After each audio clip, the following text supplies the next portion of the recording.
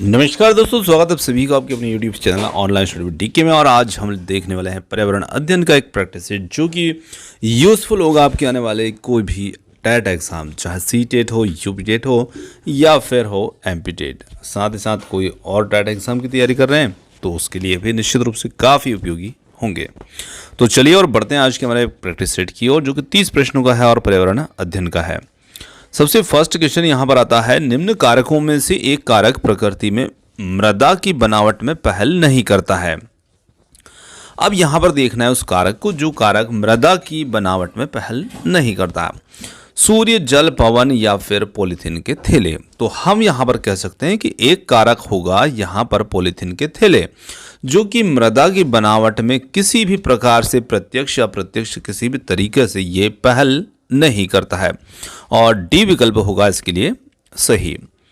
आगे देखें अगले प्रश्न को, तो यहां पर आता है, वायु में उपस्थित नाइट्रोजन के अणु के कारण नाइट्रेट अथवा नाइट्राइट में परिवर्तित हो जाते हैं।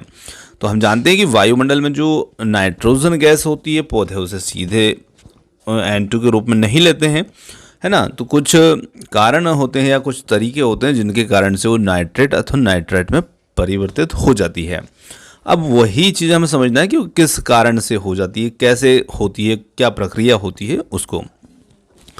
विकल्प को देखें, मृदा में पाए जाने वाले नाइट्रोजन स्थिरीकारक जीवाणु की जैविक प्रक्रिया है या फिर के द्वारा, या मृदा में पाई जाने वाली कार्बन स्थिरीकारक की जैविक प्रक्रिया के द्वारा। थर्ड है यहाँ पर, नाइट्रोजन के यौगिक बनाने वाले किसी उद्योग के द्वारा, या फिर डी है, उन पौधों के द्वारा जिन्हें खेत में अनाज फसल के लिए उगाते हैं।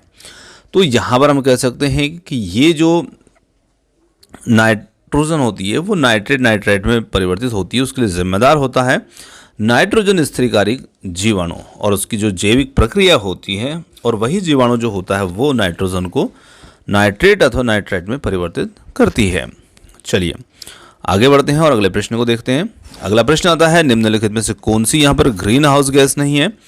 Methane, carbon dioxide, carbon monoxide या फिर डी है अमोनिया। तो देखिए ग्रीन हाउस गैस जो नहीं है उसे देखना है, और वो होगी यहाँ पर अमोनिया, डी विकल्प है। बाकी methane, carbon dioxide, carbon monoxide जो है ये भी नहीं आती है, जल वाष्प इसमें शामिल होता है। चलिए तो यहाँ पर अमोनिया जो होगा, है ना, यहाँ पर आप थोड़ा सा ध्यान रखिए, ये मिस प्रिंट हुआ है। कार्बन मोनोऑक्साइड भी नहीं होती और अमोनिया भी नहीं होती, दोनों ही नहीं होती। तो यहाँ पर आप यूँ समझ सकते हैं कि यहाँ थर्ड वाले पे जल वाष्प लिखा हुआ है, क्योंकि मिसप्रिंट था तो दो चीज़ें, दो गैसें ऐसी आ गई जो उसमें शामिल नहीं होती हैं। आगे देखिए, कार्बन चक्र में कौन सा चरण सम्मिलित नहीं है? यहाँ पर है प्रकाश संश्लेषण, वाष्पोत्सर्जन, श्वसन या फिर जीवाश्म ईंधन को जलाना। तो इसमें यदि हम कार्बन चक्र की बात करें तो कार्बन चक्र जो होता है कार्बन से रिलेटेड होगा, और इसमें कार्बन का जो तत्व होता है उसका एक चक्रीय रूप यहाँ पर देखने को मिलता है। तो यहाँ पर हम देखिए वाष्पोत्सर्जन, ठीक है ना, वाष्पोत्सर्जन जो होगा इसमें ये कार्बन चक्र में सम्मिलित चरण के रूप में नहीं होगा। तो यहाँ पर बी विकल्प जो होगा वो इसके लिए उत्तर होगा। आगे देखें, ओजोन छिद्र का अर्थ है, तो ओजोन छिद्र का क्या अर्थ होगा? तो ओजोन छिद्र ओजोन परत में एक बड़े आकार का छिद्र है, ओजोन परत का पतला होना है, या फिर ओजोन परत में छिद्रे और छोटे छिद्र, डी है ओजोन परत का मोटा होना है। तो हम कह सकते हैं ओजोन परत जो पतली हो जाती है तो उसी को कहा जाता है कि इसमें छिद्र हो रहा है। तो बी विकल्प इसके लिए जिम्मेदार है। चलिए आगे बढ़ते हैं, ओजोन परत का ह्रास हो रहा है क्योंकि। तो अब देखिए ओजोन परत का ह्रास क्यों हो रहा है, तो बहुत ही सरल सा प्रश्न है और कई बार हमसे देख भी चुके हैं, उत्तर भी आप जानते हैं आसानी से, और बहुत बार पूछा भी जाता है ये प्रश्न, इसलिए बार बार आपको देखने को भी मिलता है।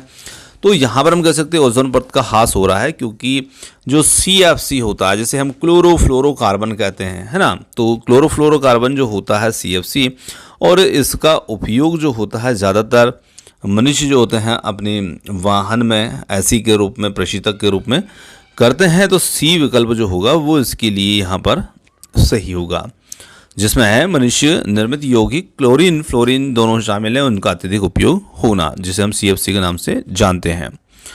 आगे देखें, जल प्रदूषण की परिभाषा कई प्रकार से दी जा सकती है और निम्नलिखित में से कौन सा कथन उचित परिभाषा नहीं है वो हमें देखना है। जो उचित नहीं है वो देखना है। जलाशयों में अवांछित पदार्थों का मिलाया जाना, ये जल प्रदूषण की परिभाषा हो सकती है।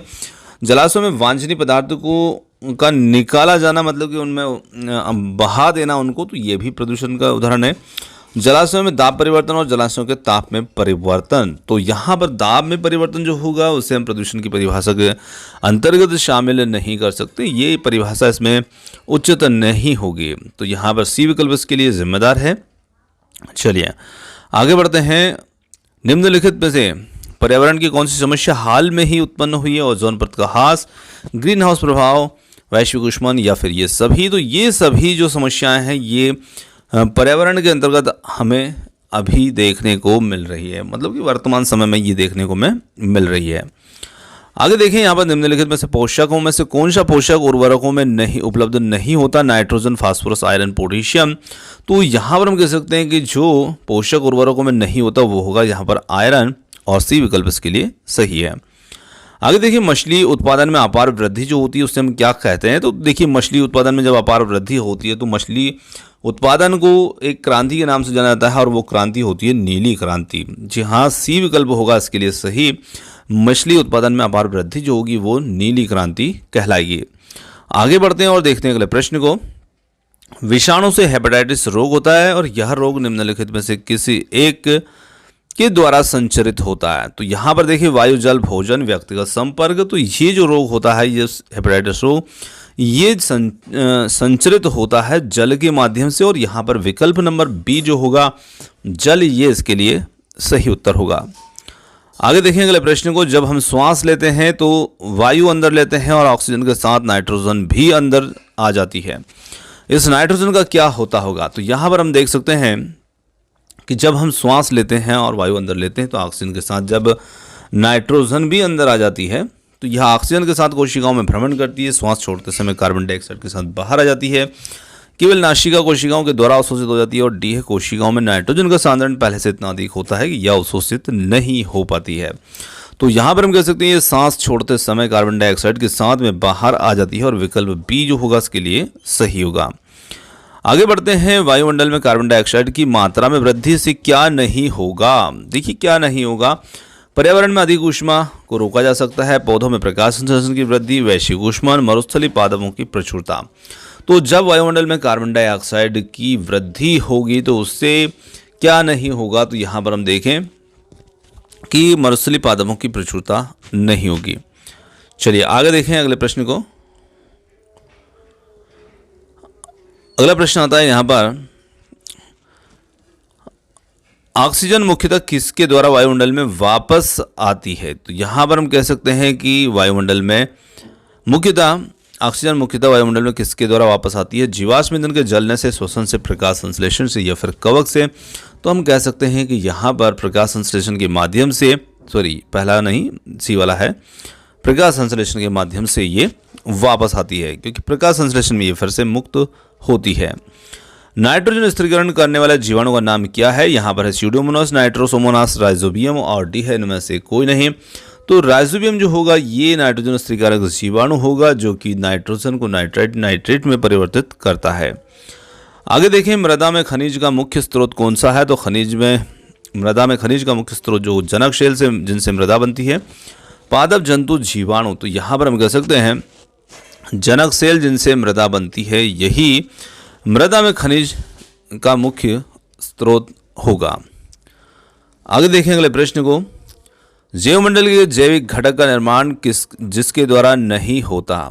तो जिसके द्वारा नहीं होता जैविक घटक का निर्माण वो कौन सा होगा? उत्पादक, उपभोक्ता, अपघटक, वायु। तो यहाँ पर वायु वो घटक है जिसके द्वारा जैविक घटक का निर्माण नहीं होता। वायु एक अजैविक घटक का निर्माण करता है।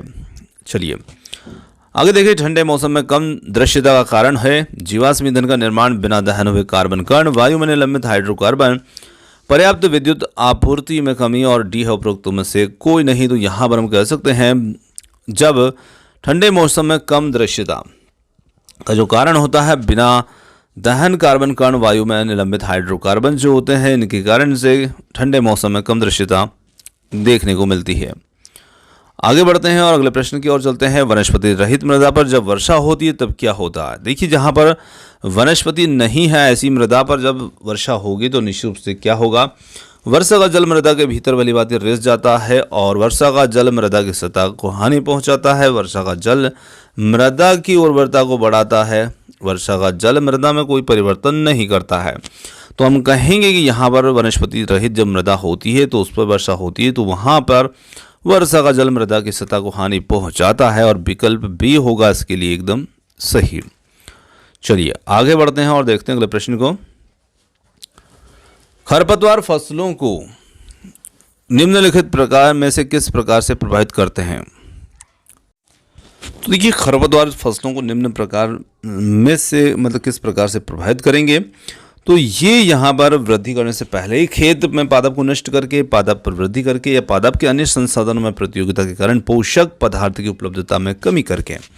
डी है उपरोक्त सभी। तो निश्चित रूप से यहाँ पर हम कह सकते हैं कि ये पादप के अन्य जो संसाधन होते हैं है ना, उनमें प्रतियोगिता करके और पोषक पदार्थों की उपलब्धता को ये कम कर देते हैं और इस प्रकार से खरपतवार जो होते हैं फसलों को प्रभावित करते हैं। सी विकल्प इसके लिए जिम्मेदार है। आगे बढ़ते हैं। मधुमक्खी की निम्नलिखित स्पीसीज में से कौन सी स्पीसीज इटली की है? तो यहाँ पर Apis dorsata, Apis florea, Apis cerana indica, Apis mellifera. तो यहाँ पर हम कह सकते हैं कि एपिस मेलिफेरा जो प्रजाति है ये यहाँ पर मधुमक्खी की इटली की है। चलिए आगे देखें।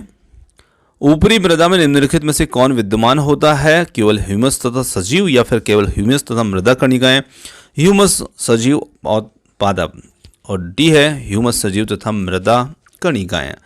तो देखिए मिट्टी का जो ऊपरी भाग होता है तो उसमें हम देखते हैं कि उसमें ह्यूमस भी होता है, कुछ सजीव भी होते हैं और मृदा कणिकाएं भी होती है।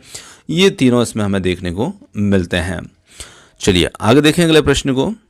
यदि पृथ्वी के चारों ओर वायुमंडल नहीं होता तो पृथ्वी का तापमान बढ़ता घटता, दिन के समय बढ़ता, रात के समय घटता या अप्रभावित रहता? तो यहाँ पर हम कह सकते हैं कि दिन के समय वो बढ़ता और रात के समय घटता। सी विकल्प इसके लिए सही है। चलिए निम्नलिखित में से कौन सी बीमारी मच्छर के द्वारा नहीं फैलती है?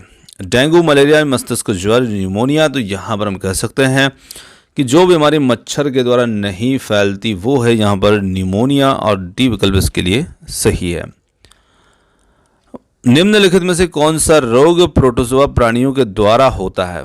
मलेरिया, इन्फ्लुएंजा, एड्स, हैजा।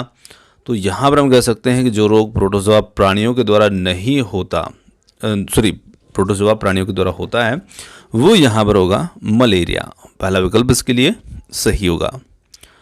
चलिए निम्नलिखित में से कौन सा व्यक्ति के स्वास्थ्य पर दीर्घकालिक प्रभाव डालता है? खांसी, जुकाम, चिकन पॉक्स, तंबाकू चबाना, तनाव। तो हम कह सकते हैं कि जो तंबाकू चबाना होता है ये मनुष्य के स्वास्थ्य पर एक दीर्घकालिक प्रभाव डालता है। चलिए आगे बढ़ते हैं और देखते हैं अगले प्रश्न को। जैवमंडल के जैविक घटक का निर्माण किसके द्वारा नहीं होता? उत्पादक, उपभोक्ता, अपघटक, वायु। तो यहाँ पर हम कह सकते हैं कि जिसके द्वारा जैविक घटक का निर्माण नहीं होगा वो होगा वायु। यहाँ पर सी विकल्प डी विकल्प इसके लिए सही है। चलिए आगे देखें।